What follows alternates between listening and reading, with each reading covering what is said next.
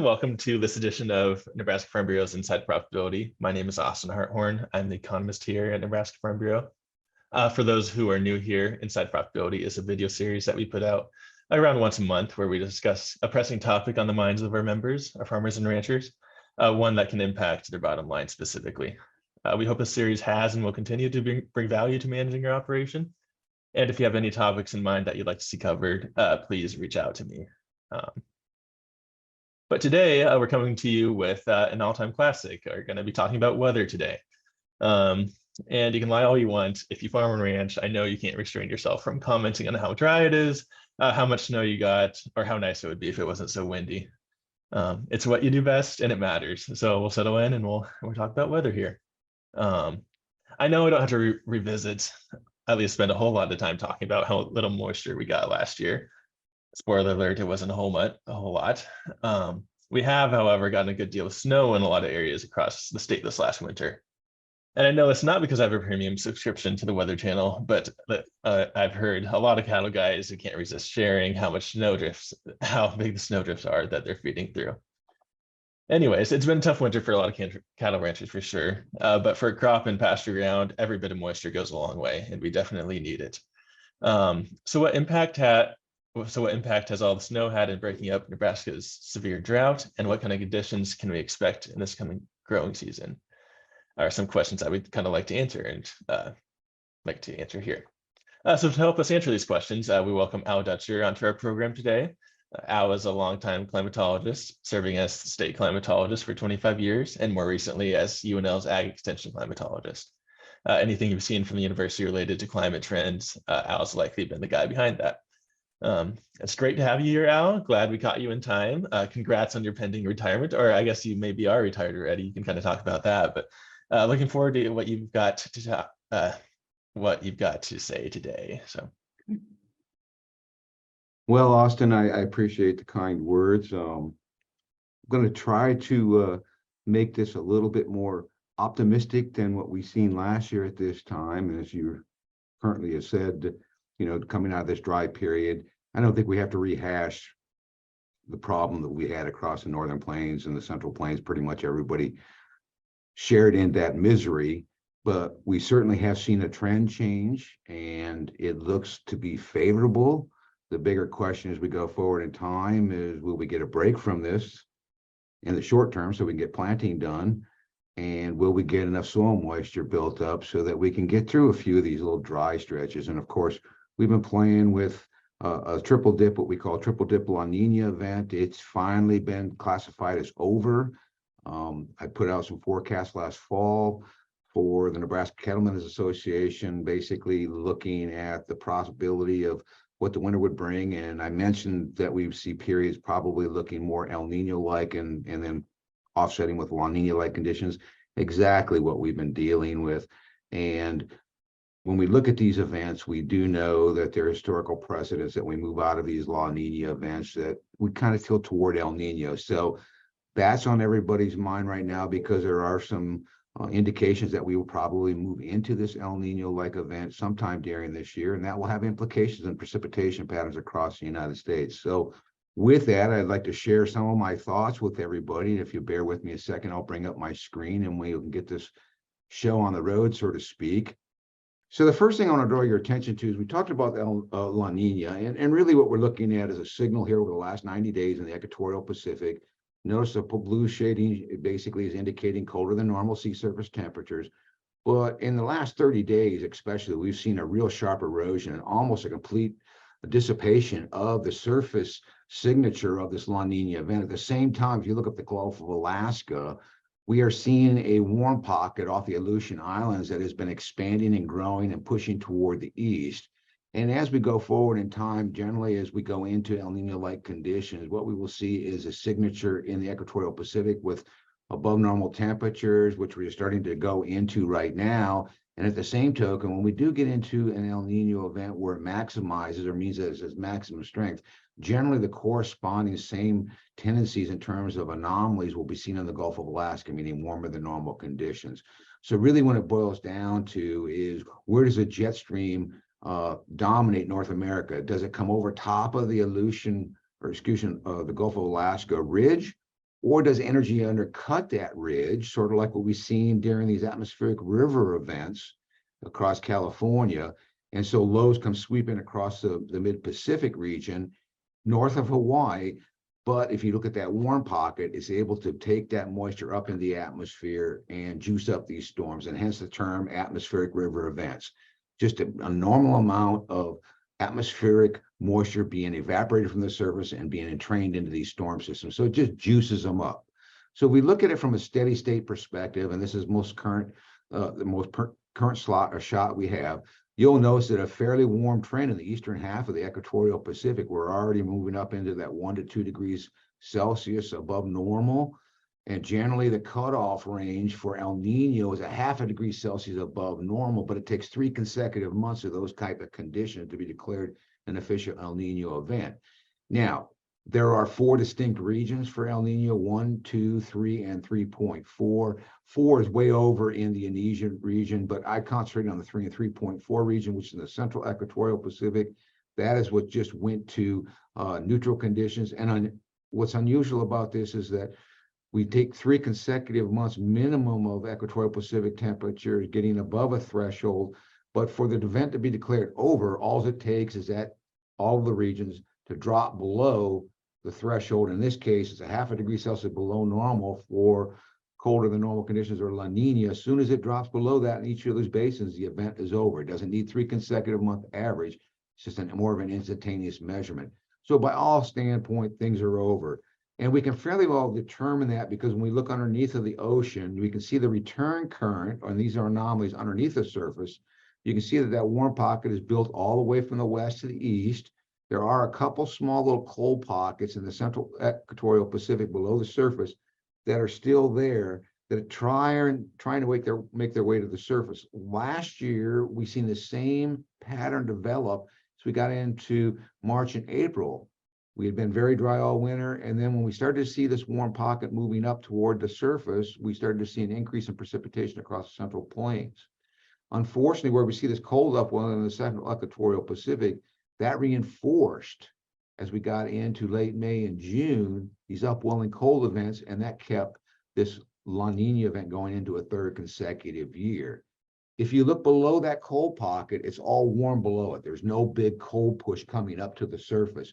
So there's no reinforcement of this cold pocket, and that's why most of the numerical models are all indicating this event for all standing purposes is over. But the more concerning issue is if this cold or this warm pocket, and you can see there's a very intense area of above normal temperature anomalies below the surface working off of Australia. If that is to make it to the surface, then we are definitely going to go into an El Nino. And the quicker that we go into an El Nino, the more implications it will have on the northern plains in terms of dryness issues. Yeah, we typically think that when El Nino events develop during the first part of the summer, we will see more likelihood of drought developing across southern portions of Canada and the northern plains. If the event holds off into the fall, then generally that drier pattern will establish itself in the northern plains during the fall and the winter period. But at the same token, we see an aggressive southern jet stream developing and a return to moisture across the southern plains, including the I-80 corridor southward, which generally lends to some difficulty in terms of harvest activity. But before we get to the harvest activity, we got to get through the growing season. So when we look at from the standpoint of all the numerical models, really it's where does the models take this crossing point over to the 0.5 degree Celsius above normal.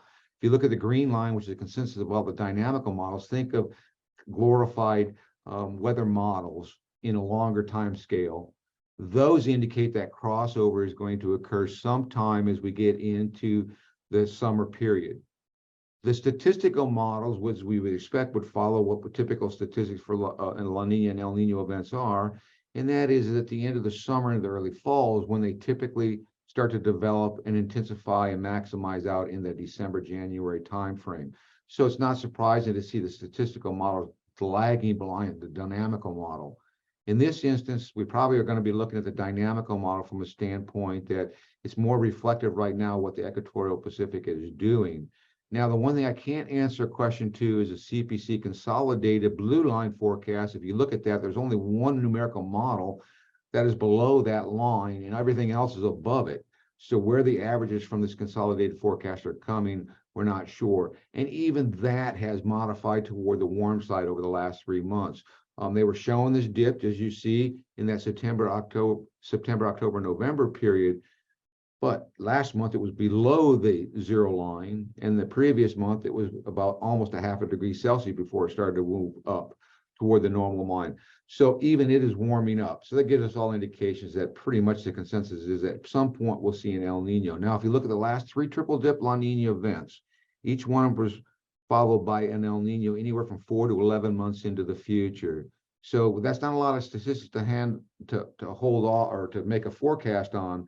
It's all we have based on our historical precedents. But in each case, we did see the return to El Nino conditions.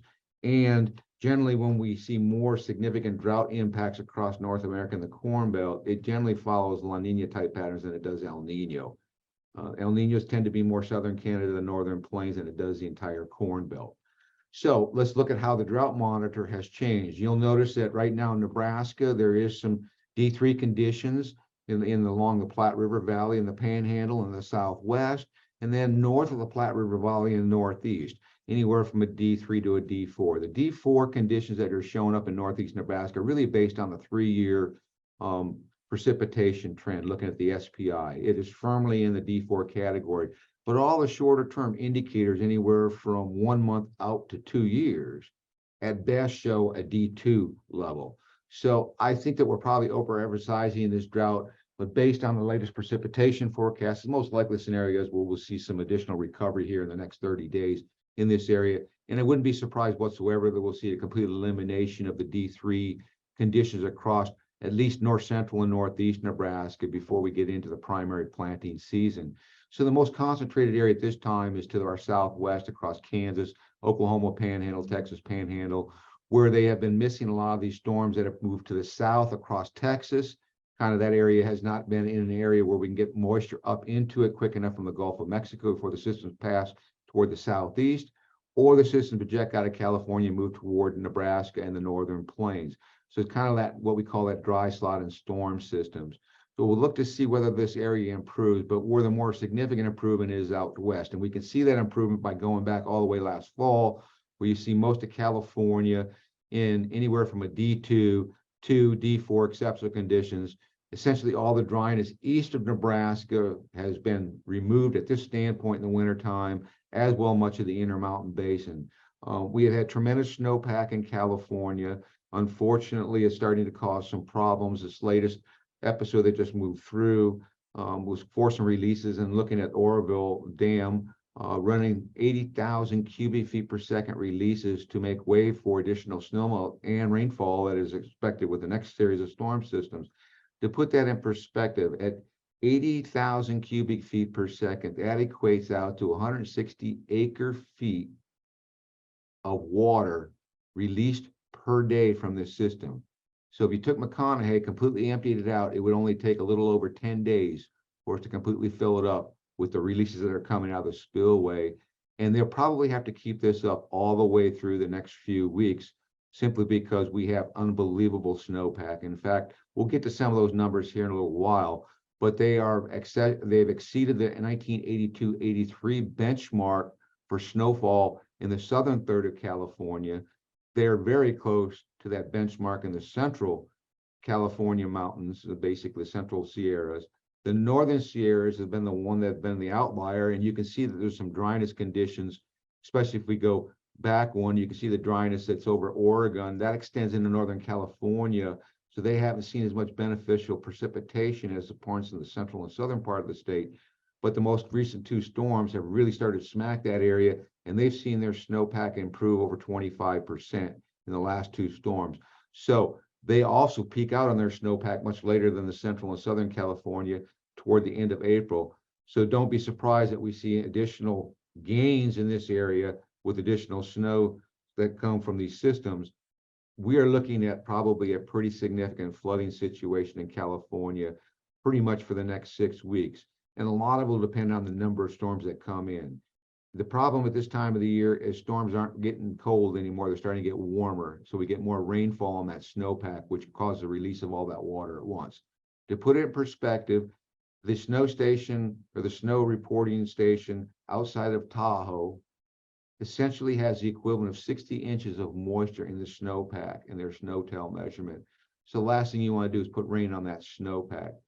Bottom line is, as long as we don't get rain on that snowpack, it's going to last a lot longer into the summer and keep that big ridge from building like it has the last few years.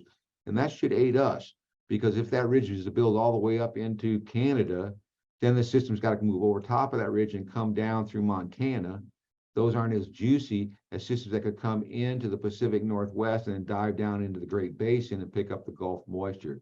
So as we go into the summer, it's going to be very important to see how long the snowpack in California lasts. The longer it lasts, the better the odds are for the Western Corn Belt to see a semblance of normal growing season weather. So when we look at the current snowpack, you can see the pinks there in California, just unbelievable snowpack. But the bigger issue is to our north. These storm systems lately have once again started to return snowfall to the Dakotas, Minnesota. We're looking at pretty much the eastern 3/4 to 4/5 of North Dakota having at least 10 inches of snow on the ground, and the eastern or southeastern half of the state over 2 foot of snow on the ground, and that extends all the way over into northern Wisconsin. We have slowly melted our snowpack here. We have not seen that melting process take place to any consequence to our north, and my concern is that at some point we are going to switch to a warmer pattern. We just hope that this doesn't all go at once. Their problem is the longer this goes with these cooler temperatures, the more likely are they're going to be dealing with significant issues as we get into late April, early May, in terms of cold soils and wet soils. And if we get any additional precipitation events, this area is primed for preventive planet issues, particularly if the storm activity doesn't decrease in any nature. So let's kind of give you an idea of where the snowpack stands in California. The north is at 161%, the central at 207, and the south at 247 currently. This is as of yesterday, even with the rain on the lower elevation snowpack.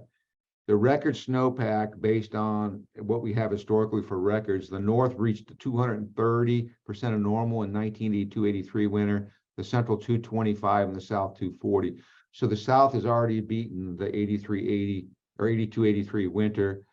We are about 2 systems away from the central basin exceeding that 82-83. And it's going to take a very, very strong late push of winter to get us up to that record in the north. I don't think we're going to get there, but we would definitely get top 5. So if overall, a lot of water has to run off. There should be no issues with any reservoirs in California at this time based on what we have for snowpack, what's going to come down the line, and what has to be released so that they can make room for these reservoirs. That's the bigger issue. We can get spacing between these storms of more than a few days, then there's an opportunity to release a bunch of this water before the next system. Otherwise, all this is going to come down the pipeline at some point in time over the next couple of months.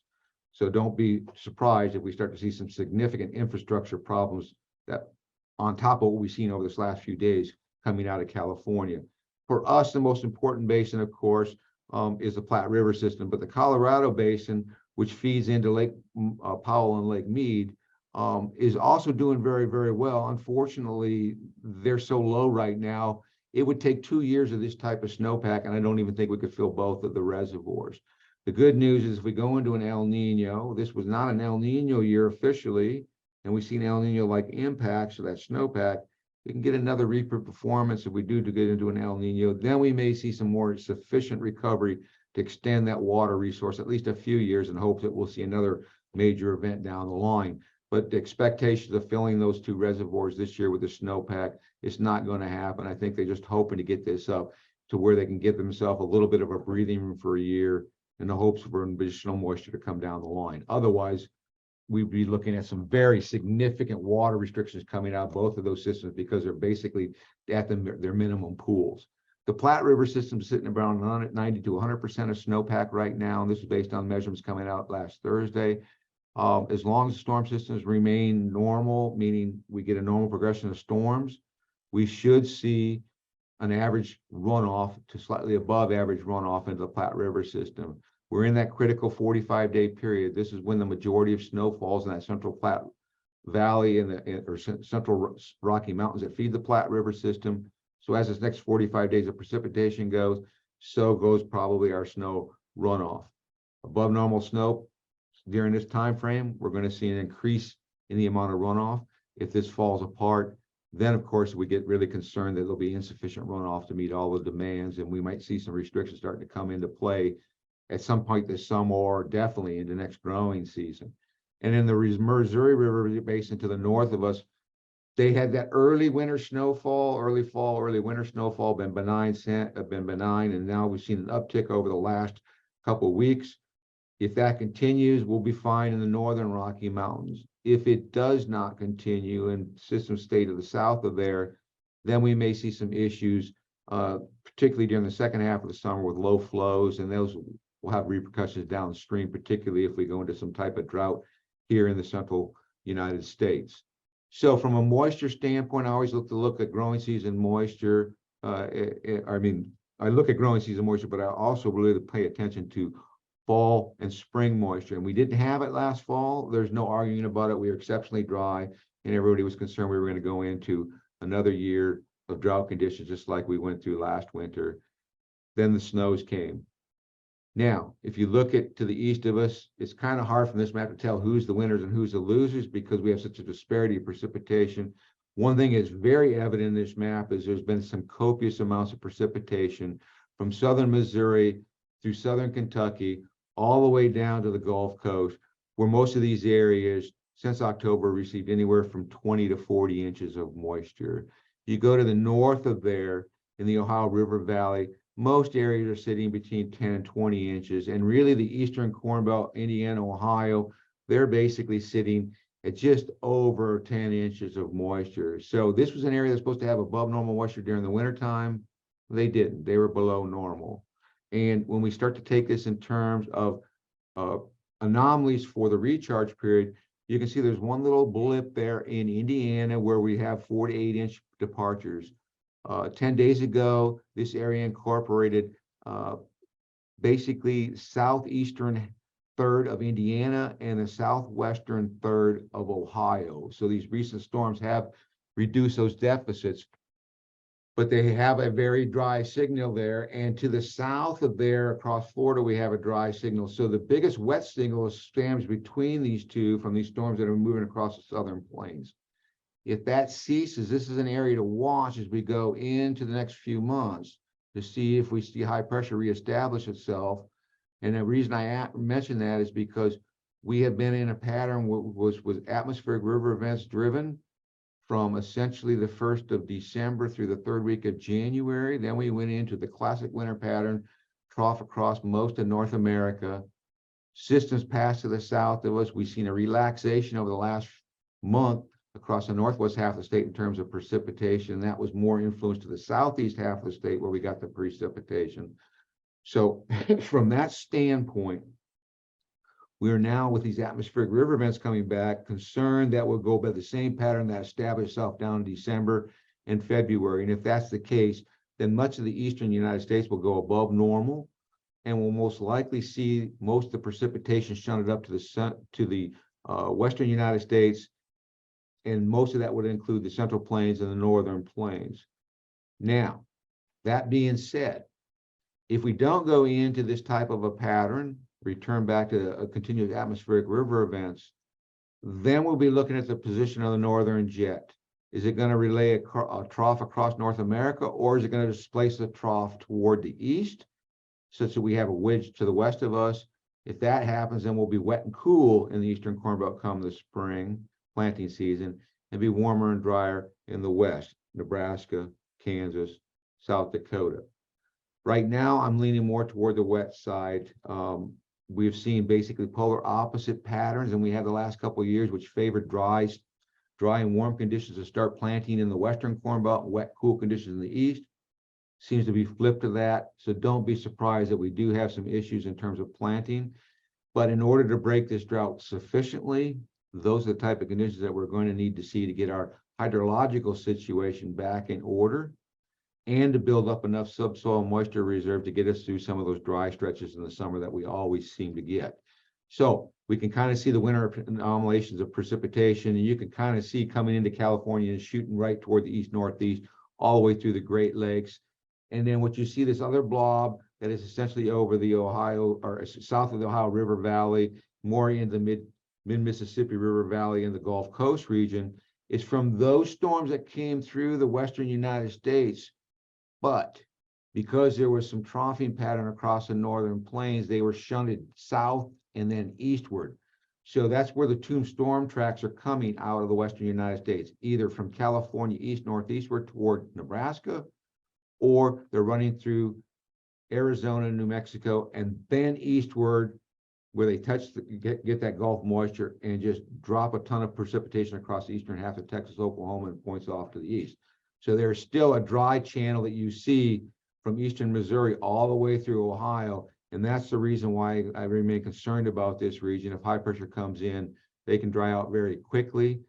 And unfortunately for them, that's generally how droughts start in the Eastern Corn Belt, as we look for the southeast of something building toward the northwest. So as we look at the winter average temperatures, you can really see the position of the trough and the ridge.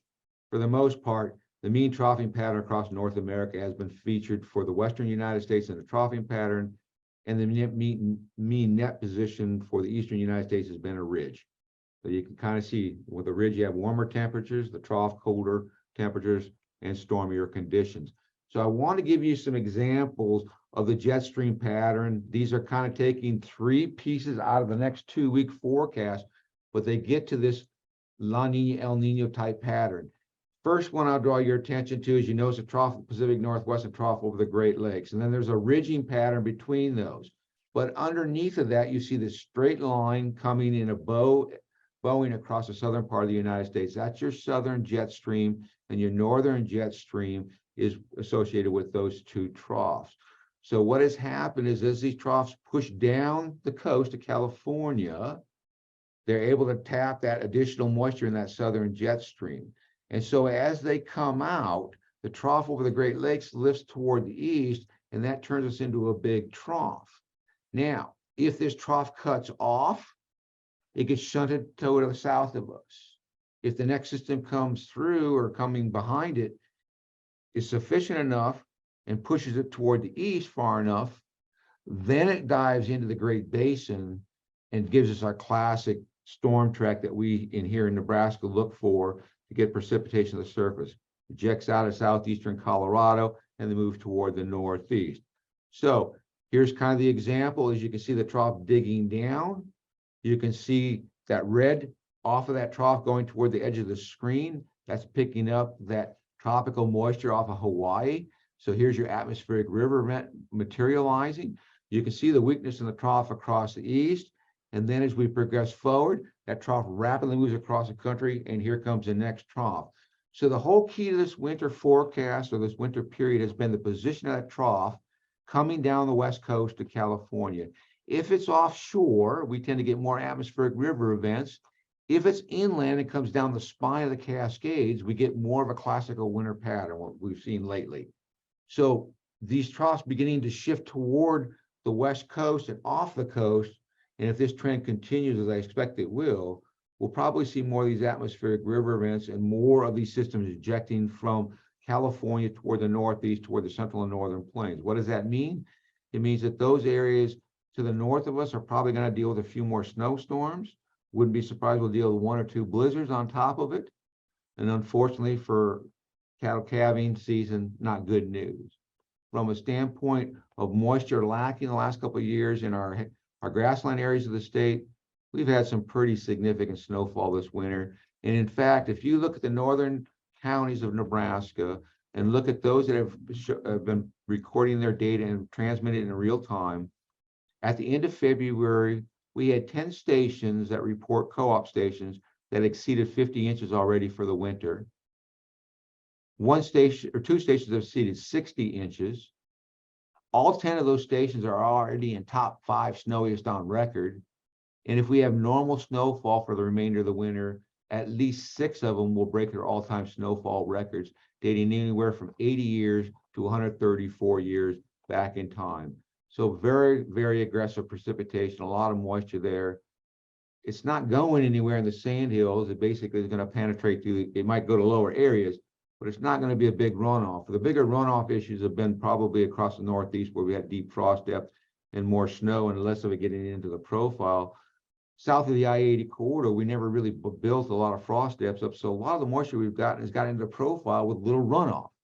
So we're primed here in Nebraska with these wet surface conditions and these cool conditions supported by the wet soil conditions and the jet stream. We're likely not going to dry out rather rapidly at this point in time. So that means a cooler going into spring. It does mean with that snowpack to the north of us that we have a boundary of cold air that's available for any of these storms to come across. And as we go through the next 45 days, we get into our severe weather season to the south of us. And typically El Nino type patterns are favorable for southern plains, severe weather. La Nina patterns are more favored for the northern plains. So a combination of both should not surprise us that we're likely to see severe weather outbreaks all across the northern plains, depending on the direction these lows take. And we've already seen that to the south. We've had several major tornadic outbreaks across the region from Texas into the southeast. A very early start for this region. Lots of ample energy and lots of cold air aloft to support significant severe weather. So if these systems can to maintain their strength, which I expect they will for the next month and a half, then we are likely to see some pretty widespread severe weather outbreaks before we get into the heart of the growing season. From that standpoint, it really boils down to where the jet stream sets up. And at this point, unless this El Nino event really gets materialized in the early part of the summer, my expectation would be more of a normal type growing pattern, season pattern across North America as systems move across the northern half of the United States. The bigger issue to the south of us is, will we have enhancement from El Nino as it develops during the second half of the summer to increase precipitation, which generally increases harvest activity issues across the central and southern plains. And secondarily, because we would be going into an El Nino event, we would expect much less activity in terms of hurricane activity in the Atlantic, but an increase in hurricane activity in the Pacific off of Mexico. This is a preferred area during El Nino for tropical formation. And it's those systems that get entrained into that southern jet and makes for the wet, juicy fall period, because they move up the Baja Peninsula and then driven right across the southern plains in eastward fashion from the southern jet. So let's look at some of the immediate concerns as we wrap this up. Right now, I'd say there's a very high risk for Red River flooding due to the snowpack and additional snows expected, and looking for either a rain event or a rapid warm up of that on top of that snowpack in the near future, probably as we get into early April, which is probably going to release a lot of water. And unfortunately, they're exceptionally wet, so we would expect that that's going to be an issue, at least temporarily. And any precipitation events that follow that will keep them in a very wet pattern. So I would suspect that we do have an elevated prevent plant issue in this region. And of course, that's that late snow events. Severe weather outbreaks I just mentioned. I think that we're going to probably see a much more elevated severe weather outbreak and much more widespread and earlier than we seen last year, which would be beneficial for us instead of just relying on a 4 to 6 week window of precipitation to carry us through the growing season. This should help extend us into at least the second half of the summer before we have to worry about any major problems. I do think we're going to see a continuation of these return of these atmospheric river events, but I don't think they'll be continuous like they were during the December and January period. The more likely to be pulses of these that'll last for a couple of weeks, will relax back to the more northern stream, then we'll pulse again with additional events. But when those events start to materialize, they'll come in a sequence over a 3 to 4 week period. And even in this lower atmospheric river environment compared to the fall, we're still getting one major system a week crossing the central plains. That's sufficient as long as we get the precipitation for us to make up the soil moisture deficits that we have right now, which actually aren't as great as what we would think, simply because of the very wet conditions this winter. So as we go into the growing season, do we develop a blocking ridge in the eastern United States, or do we return to that blocking ridge in the western United States? That's the key issue. As long as we keep that blocking ridge out of the western United States, we should see a very aggressive pattern, at least the first half of the summer across the western Corn Belt. El Nino formation, as far as I'm concerned, is almost a certainty. It's just a matter of when. And right now, dynamical models say the end of summer, statistical models say early fall. We just don't want to see this thing develop early in the summer period, because that would strengthen the ridge over southern Canada and bring some concerns about dryness issues materializing across the Dakotas, Minnesota, eastern Montana, potentially down into northern Nebraska, but I would expect that would be more confined to the very late part of the summer. If it does form, as we get to late summer, expect some, unfortunately, some very wet conditions periodically during harvest activity in October into the early part of November across the central and southern plains, and most likely will extend into the central corn belt of Iowa and probably the northern half of Illinois. Excuse me. I'm sorry about that. And then in the eastern corn belt, if we're stormy west, we're going to be drier and warmer east. So they get off to a really good start planting. For us in Nebraska, right now we have very cool soil temperatures. They're not going to warm up a lot with this moisture at the surface. That's going to limit us getting out of control in terms of temperatures, you know, those 80s and 90s that we've seen in April last year. May not be as easy to get to, because if we start to get up into those 80s with the moisture we have at the surface and the cold temperature aloft, it's going to create a very unstable conditions for any systems coming through. And well, it kind of that perpetuation, rain, wet breeds wet, dry breeds dry. And based on the way these precipitation events have been materializing, you know, we've pretty much, outside of this last 30 days, been getting almost a month worth of precipitation in singular events. So don't be surprised if you knock out 2 or 3 inches with a single event coming through during April, just simply based on the tendency of the past. The ground is now thawing out, and even in the northern part of the state, we're starting to see the rapid dissolution of that frost. That means that we'll start to get some infiltration from precipitation events across the northern part of the state that didn't see them this winter. It also means that because of these wet surfaces in the south, where we've need more infiltration and not runoff, we're likely to start to see some recharge into our stock ponds and our smaller streams. And depending on the intensity of the events, we may start to see some recovery in our larger streams and reservoirs, but that's going to require a couple of months of really good, significant moisture in order to get the runoff component going. So again, La Nina, as La Nina dissipates, El Nino itself builds up. We'll watch for the timing of that in case it starts to materialize in the late summer. Would probably increase the odds, at least the southern half of the state, that we would see a wetter harvest activity than we've been accustomed to the last few years. And that's pretty common during El Nino events. So the bigger issue I have, and this is for the cattle folks, is watching for these late winter storms. Because it's so cold to our north and so snowy, it's going to be supportive of later snows. And they tend to be the big, significant, wet, heavy, wind-driven snows, and unfortunately cause a lot of problems during calving season, but they also are very valuable for moisture. So I see, at least once we break away from the snow, that we will see a pretty quick jump in terms of grass production. How much grass production we get through the growing season is going to depend on rainfall, but at least we're not going to be sitting here with dry surfaces praying for rain just to stimulate a little bit of grass growth. The moisture is there, at least at the surface, to promote that grass growth.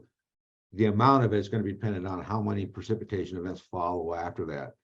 So although the Platte River, there was talk about potentially looking at some limitations in terms of water deliveries if we've seen a poor snowpack here. Right now, I would say that we're in decent shape. We just need to see these next 45 days materialize.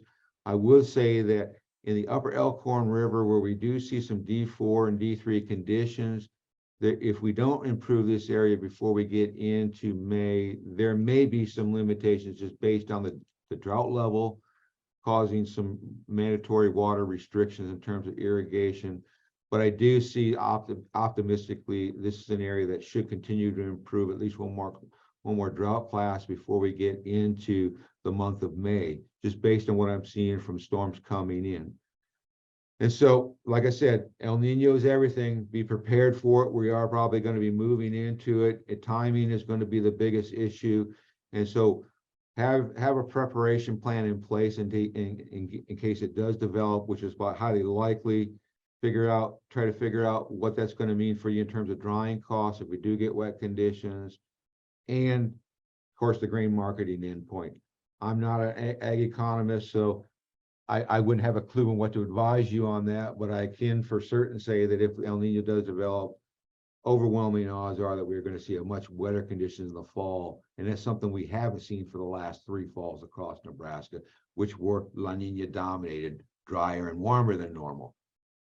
So with that, pretty much sums up how I feel right now. We'll see if things change, but I'm very rarely do I change my mode of forecast during the mid-season. I mean, what has developed is kind of following what I figured would develop last year, only to see it go into a 3rd-year La Nina event. I'm playing the same game and the same forecast as last year, but my confidence level is extremely high compared to last year, simply because now we are seeing the El Nino itself in its initial formation, where last year started to form and they just got cut off after talk season was over, and I had no way to make up to anybody about my errors in my ways of forecasting.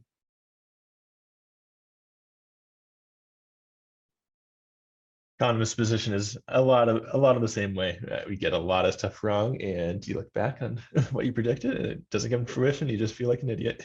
You have to have a thick But skin in this business. If you don't, yes, this is not the business to be in. yes, you do. Um, so we don't have a whole lot of time left here, Al, but I did want to ask. A lot of people compare this drought from this last year to conditions of like 2012. Mhm. How would you compare, at least looking forward, our springtime conditions to, I guess, 2012, considering like the snowpack that we've had, and are we in a better place or are we in a worse place? Is kind of what I'm after, I guess. You know, it's almost kind of similar to 2012, 13.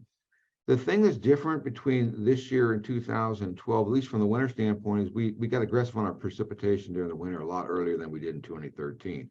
We were a lot drier going into 2013. In fact, the concerns were just like we were seeing this past fall. We were going to go into a repeat performance of 2012. And then the rain started and they never stopped. And by the time we got to the middle of October of 2013, there was no hydrological drought. There was no agricultural drought in the state. Unbelievable grass growth. So from that standpoint, we're ahead of scale. The difference between 2012 drought and the 2022 drought, from my standpoint, is temperatures. Precipitation is difficult to compare droughts based on precipitation alone. Temperature is a big driver.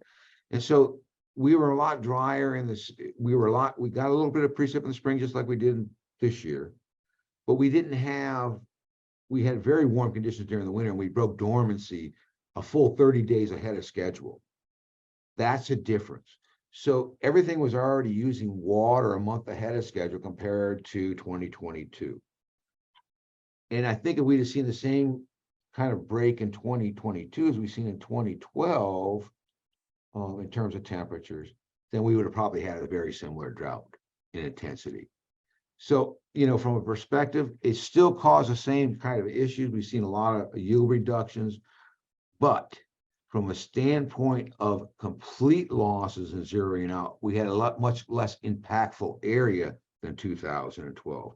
2012 extended well farther southward and eastward than 2022 did in terms of its impacts on crops. And when I say impacts, the amount of zeroed out acres that we've seen in 2012. And 2012, the zeroed out acres came about a month earlier than 2013. So there in itself is a difference. And that's the hard part about droughts. Timing is everything. Comparing 2 droughts to each other are the same. It doesn't matter. 2012 and 2022 had the same sort of impacts on Nebraska. In fact, I would say the bigger issue in Nebraska in 2022 was that some of our irrigated lands, where we had lower, or we should say areas that had the ability to apply lower amounts of water, meaning that the gallons per minute that they were applying was at a lower rate, those areas suffered a lot more in 2022 than they did 2013, and that's because we had 3 years of drought to bring those water tables down, whereas we didn't have consecutive years of drought going into 2012. We were oscillating, so we were getting recovery enough to keep our groundwater tables at least not nearly as depleted as what we've seen in 2012. So there's where the 3 years of dryness issues come into play from a hydrological standpoint. It's just a system completely dried out and there's just nothing there. So if we'd had 2012 heat, I think a crop would have burned up about 3 weeks earlier than it did this year. Well, I think in the interest of time, I think I'll wrap it up. Gosh, Okay. thank you so much, Alec. This was very, very informative, and I learned a lot, and I could geek out on this. Well, I'll close this out here. Thank you again, Al. You got it. Really appreciate it. Not a problem. For anyone with questions, please don't hesitate to reach out. Al did share his contact info. Keep in mind, he's only here till June 30th, so after that day, guess you're stuck with me for those questions. But other than that, thanks for tuning in today. If you'd like to see any topic covered in this series, please shoot me an email. And if you want to view this video or any of the other videos in our Inside Profitability series, you can visit www.nefb.org to see those. And with that, that's a wrap. Thanks again, Al, and I hope everyone else has a good rest of your day.